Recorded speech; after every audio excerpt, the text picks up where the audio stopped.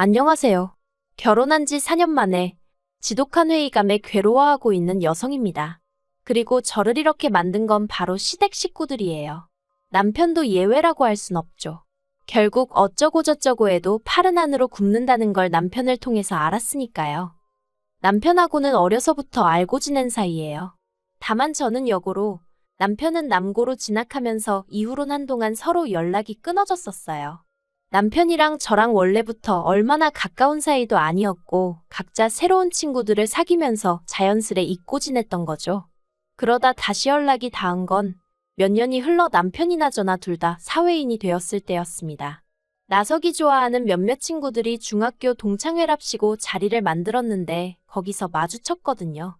어렸을 때 까불거리던 모습은 온데간데 없고 말끔하게 정장까지 차려입고 나온 남편이 저에게 먼저 와서 아는 체를 했고, 아무튼 그날을 계기로 저희는 누가 먼저랄 것 없이 서로 연락을 하다가 몇 달 후에는 정식으로 교제를 시작했습니다. 그런데 동네 친구라곤 해도 서로 소식도 모르고 지낸 세월이 오래다 보니 제가 남편에 관해서 아는 건 생각보다 많지가 않았어요. 특히나 한 동네 살던 시절에는 저희 집이나 남편 집이나 소위 고만고만했던 것 같은데 얘기를 주고받아 보니 이후로 남편 집안은 잘 안 풀렸더라고요. 남편 말로는 남편이 대학 들어가고 얼마 안 돼서 아버님이 회사를 나오셨고 이후로 퇴직금을 전부 투자하여 크게 식당을 차리셨는데 그게 잘 안 됐답니다. 어머님께선 손에 물 묻히는 일은 하는 거 아니라며 못한다고 버티셨다는데 아버님 고집을 꺾기에는 역부족이었던 거죠. 아무튼 장사가 잘 안 되다 보니까 결국 나중에는 아파트 판돈까지 싹 다 쏟아부으셨다는데 결국은 본전은커녕 빚만 지고 접으셔야 했다네요. 그래서 이후로 가족들이 10여 년 가까이 전부 다 뿔뿔이 찢어져 살 수밖에 없었다고요. 반면에 저희 집은 좀 달랐습니다. 저희 친정부모님의 경우 오래전부터 맞벌이를 하고 계셨기에 수입원이 안정적이기도 했고 그와 별개로 친정어머니가 부동산 재테크에 감각이 탁월하셨어요. 그리고 다행히 친정아버지 성격이 유순하신 편이라 친정어머니가 어떤 식으로든 결정을 내리실 때면 별 반대 없이 따라주셨거든요. 그래서 한마디로 저희 집은 잘 풀렸죠. 여유가 생겼고 저도 그 덕을 많이 봤어요. 아무튼 이런 이야기를 남편한테 세세하게 한 적은 없습니다. 아무래도 고생했다는 사람한테 혹시나 자랑하는 것처럼 들리진 않을까 걱정이 되기도 했고 이때만 하더라도 결혼까지 생각하고 만나던 사이는 아니다 보니 굳이 해야 될 필요를 못 느꼈거든요. 그런데 사귄 지 횟수로 3년이 넘어가자 남편은 농담인 듯 찐담인 듯 결혼하면 돈 관리는 제가 했으면 좋겠다던가 아이는 저 닮은 딸로 둘만 낳았으면 좋겠다던가 그런 이야기를 꺼내기 시작했어요. 그리고 저도 처음엔 한 귀로 듣고 한 귀로 흘려버리곤 했는데 언젠가부턴 왠지 남편의 이야기가 당연한 우리 둘의 미래처럼 그려지기 시작하더라고요. 그리고 그 무렵 남편이 저에게 정식으로 프로포즈를 해왔습니다. 지금도 또렷이 기억이 나요. 가진 건 없지만 그래도 제 눈에서 눈물 흘리는 일은 없게 평생 저 하나만 바라보고 살겠다던 그의 말이요. 하지만 프로포즈를 받고 처음 친정에 남편을 데리고 갔던 날 친정부모님의 반응은 솔직히 당황스러웠습니다. 늘 제 결정과 선택을 지지해 주시던 분들이셨는데 그때만큼은 무척이나 걱정스러운 표정을 지어 보이셨으니까요. 물론 남편한테 대놓고 그러신 건 아니었지만 남편이 별로라서가 아니라 사윗감으로 만족스럽지 않다 그렇게 표현하시대요. 그래도 결론부터 말하자면 자식이기는 부모 없다고 저희 부모님이 저한테 져주셨어요. 제가 시댁 형편이나 그런 거보다는 남편의 됨됨이를 봐달라고 부탁드렸거든요.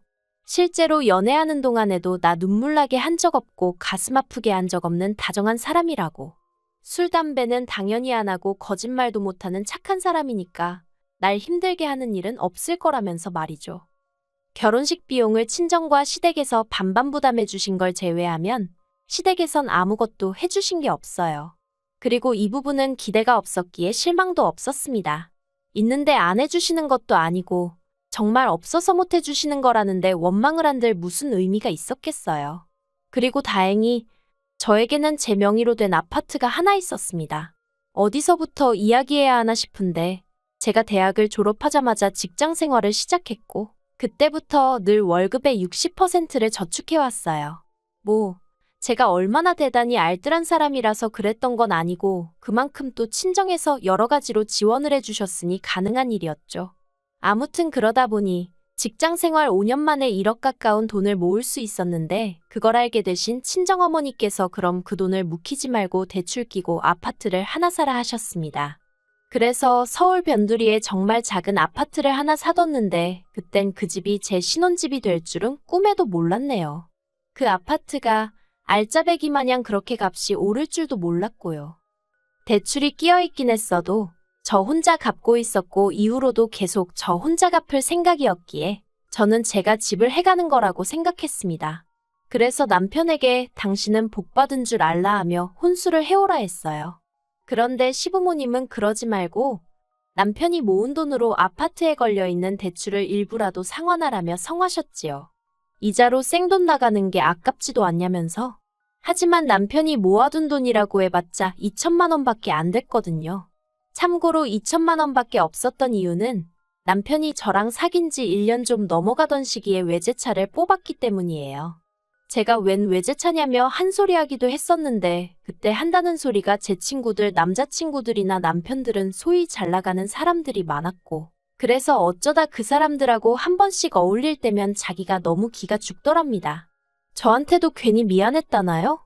아무튼 그래서 벼르고 벼르다 지른 거라길래 저도 더는 뭐라 말을 안 했어요. 그땐 결혼 이야기가 오갈 때도 아니다 보니 자기 돈 자기가 썼다는데 제가 뭐라고 하는 게 말이 되나 싶었으니까요. 그런데 그게 결국 저희 결혼할 때가 돼서 부메랑으로 돌아온 거죠. 물론 남편은 이제 가족 차 아니냐며 제가 자기 차를 끌어도 된다 했지만 저는 제 차가 있는데 굳이 뭐하러 남편 차를 탐냈겠어요. 외제차 끌고 다니면 괜히 이거저거 신경만 더 쓰이지 싶기도 했고.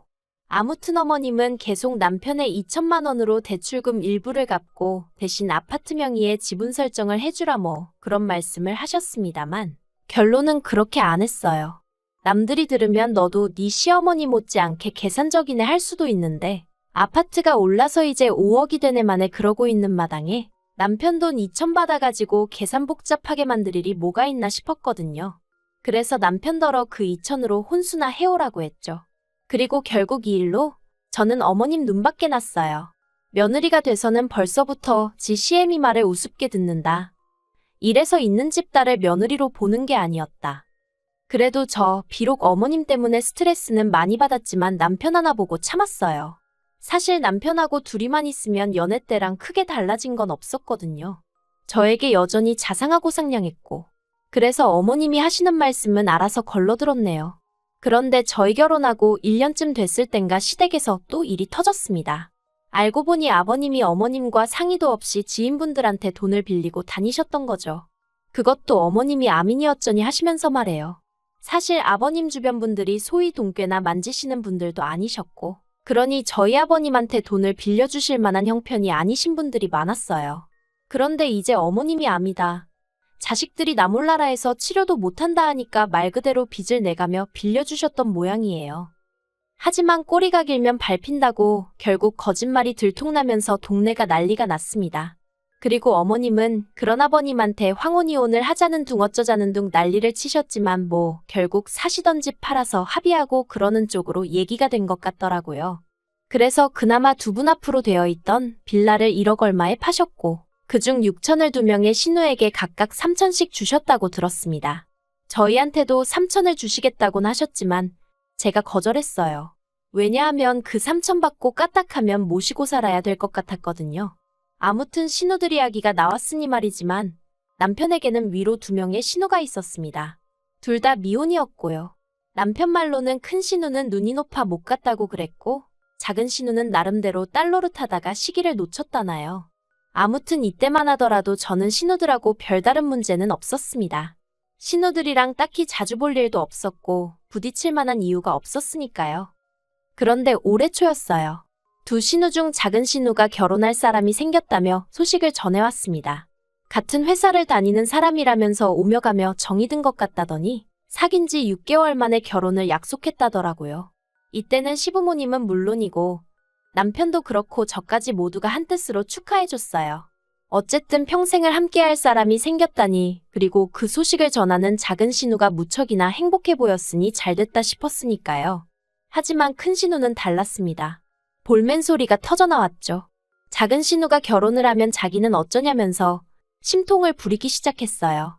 우애 좋은 자매인 줄 알았는데 알고 보니 매번 작은 신우가 져주고 맞춰주고 해서 유지되던 평화라는 걸 그제서야 실감했네요. 그리고 급기야 큰 신우의 심통은 돈 문제로 이어졌습니다. 작은 신우가 결혼하기로 한 남자 쪽도 가진 건 없지만 그렇다고 자기가 빈손으로 시집 갈 순 없지 않냐 하면서 큰 신우한테 이사할 집을 알아보라고 했대요. 집 구할 때 시부모님으로부터 받은 3천을 보증금에 보탰으니 그거 돌려달라면서요. 그런데 큰 신우가 단칼에 거절을 하더랍니다. 집을 구할 때도 같이 동의해서 구했으니 나가는 것도 같이 동의를 해야 하는 거 아니냐면서 그런데 자기는 이번엔 동의 못한다고. 그래도 나가야겠다면 자기도 더는 말은 안 하겠지만 3천은 지금 당장 못 준다고. 언제 줄지는 자기 기분에 달렸다고 그랬다나요? 원래도 큰 신우가 아버님을 닮아 고집이 세다는 건 알고 있었어요. 하지만 딱히 저를 괴롭힌 적은 없으니 그냥 그런가 보다 하고 말았었죠. 그런데 작은 신우한테 하는 거 보니까 아무리 언니라지만 어째 사람이 저 따위인가 싶은 게 작은 신우가 불쌍해 죽겠더라고요. 하지만 제가 불쌍해하는 건 불쌍해하는 거고 그렇다고 제가 책임을 져준다는 건 아니잖아요. 정말이지. 지금도 이때를 다시 생각하면 골치가 아파옵니다. 큰 신우가 발악을 해대고 작은 신우는 하루가 멀다 하고 울고자 대는 와중에 시부모님이 저희 부부를 부르셨어요. 시댁에 불려갈 때만 하더라도 설마 저희에게 그런 부탁을 하실 거라곤 상상도 못했습니다. 어머님께선 큰 신우가 보증금으로 묶여있는 작은 신우 돈을 못 준다 하니 이를 어쩌냐 하시며 가족 중에 그나마 그런 큰 돈을 가지고 있을 만한 사람은 저희뿐인 거 안다. 그러니 그 3천을 저희가 먼저 해주라는? 한마디로 말도 안 되는 말씀을 하셨거든요. 황당하고 어이가 없었습니다. 막말로 저희가 먼저 돈을 해줬는데 큰 신우가 배째라고 나오면 그땐 어쩌냐고 제가 물었어요. 그랬더니 시부모님이 저더러 당신 딸을 뭘로 보고 그딴 소리를 하냐며 언성을 높이시대요. 피는 못 속인다잖아요. 순간 그 소리가 목구멍 끝까지 올라왔습니다. 자기 여동생 돈도 안 준다고 저러는데 옳게 돈을 제때 주겠냐고 그 소리도 목구멍 끝까지 올라왔지만 참았고요. 결국 서로 입장 차이를 좁히지 못하고 집으로 돌아왔습니다. 남편은 저한테 절 볼낯이 없다 하면서도 그렇다고 자기가 나서서 어떻게든 상황을 해결해 보겠다 뭐 그런 소리는 안 하더라고요. 그리고 저도 더는 그 일에 대해서 묻지도 않았고 궁금해하지도 않았어요. 신우들끼리 지지고 볶던지 말던지 내 알 바냐. 어머님 아버님하고도 돈 문제로는 절대 얽히지 말아야지. 그런 다짐만 되새겼죠. 그런데 작은 신우 결혼 이야기가 나오고 3달째로 접어들었던 지난 4월. 어머님 아버님 입에서 또다시 황당한 소리가 터져나왔습니다. 큰 신우가 조건을 내걸었대요. 작은 신우 보증금을 내줄 테니 대신 자기가 저희 집에 들어가서 살게 해달라고 했다나요? 얼마나 어이가 없던지 하마터면 제정신이냔 소리가 나갈 뻔했습니다.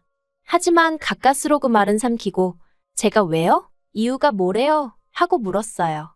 그랬더니 큰 신우가 원래 겁이 많답니다.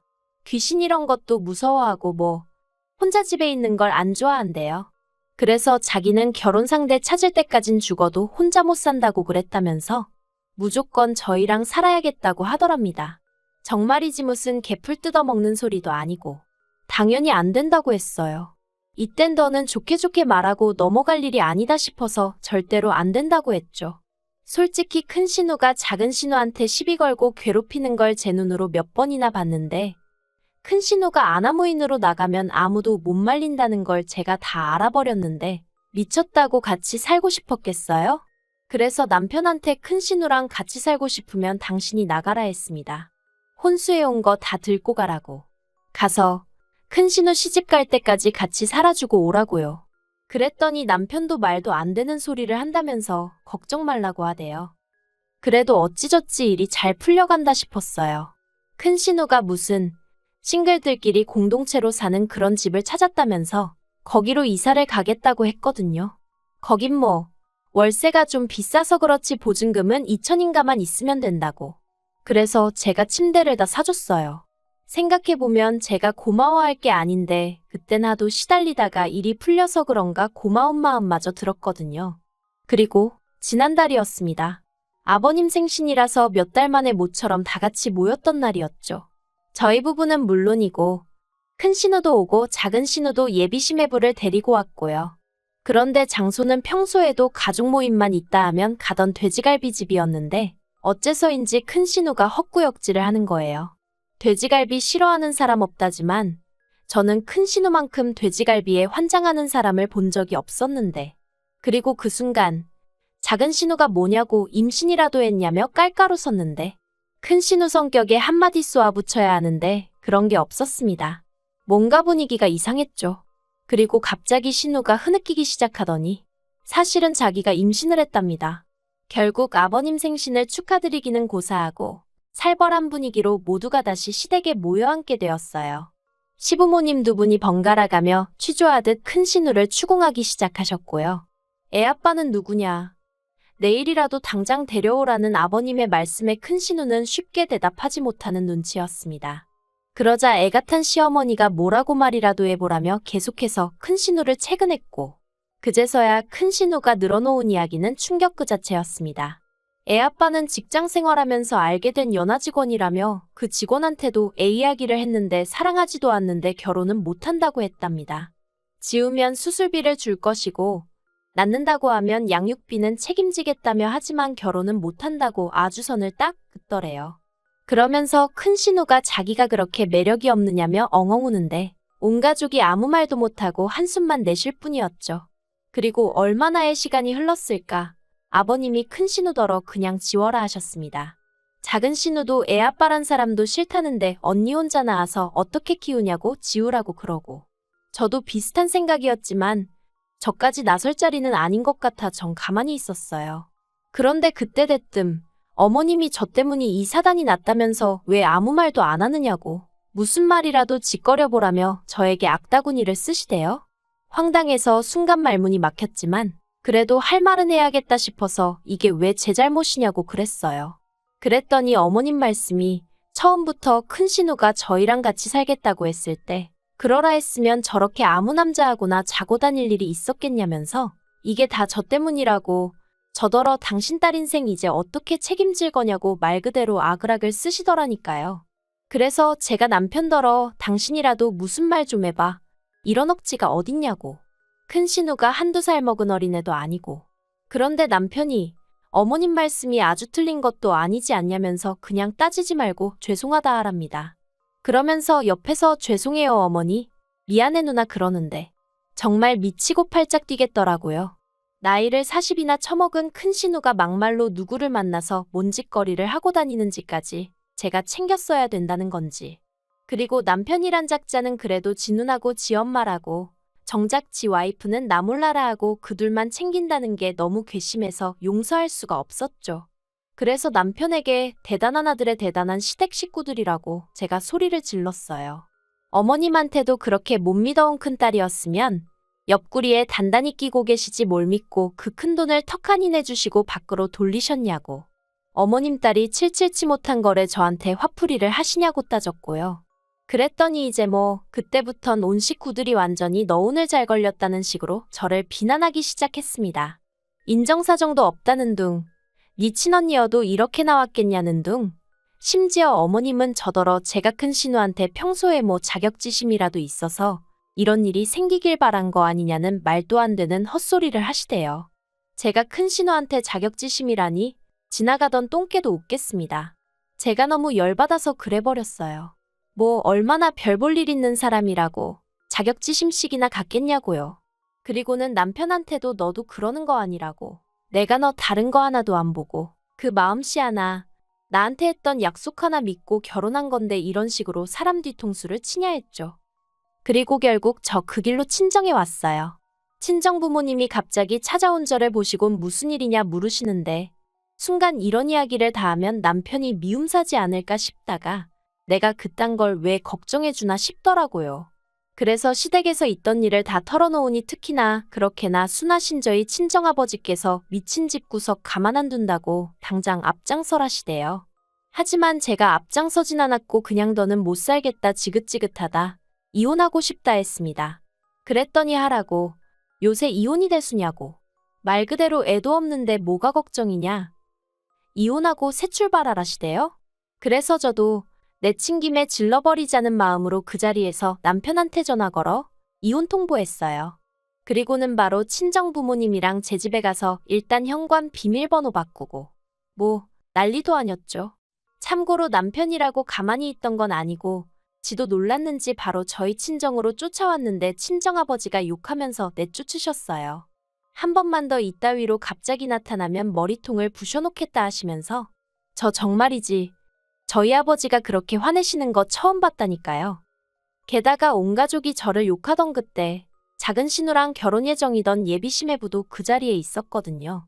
물론 시매부야 저한테 욕하고 그런 건 없었죠. 근데 아마 제가 당하는 걸 보고는 자기도 생각이 많았나 봐요. 작은 신우한테 결혼은 없던 일로 하자고 했답니다. 청첩장까지 다 나와 있었는데. 그래서 작은 신우는 작은 신우대로 알아눕고 뭐 그렇게 되었다네요. 일단 남편은 저한테 싹싹 비는 중이에요. 자기가 정말 반성을 많이 했다면서 앞으로 죽을 때까지 큰 신우랑 안 보고 살아도 되게 한다고 한 번만 기회를 달라면서 말이죠. 그런데 어쩐지 이번만큼은 남편 말에 믿음이 가질 않네요. 이러다 저까지 애라도 생기면 그땐 이혼을 결심하기가 지금처럼 쉽지도 않을 테니까요. 그래서 흔들리지 말아야지 하면서도 그래도 한 이불 덮고 자던 그놈의 정이 뭔지 여러 가지로 복잡합니다. 그러니까 시부모님도 좀 자식 교육 좀 똑바로 시키시지. 정말 화가 나요. 아무튼 당분간은 저 혼자만의 시간을 가지려고요. 그 사이에 남편이 저에 대한 마음을 단념해주면 그것도 딱히 나쁘지 않겠다 싶네요.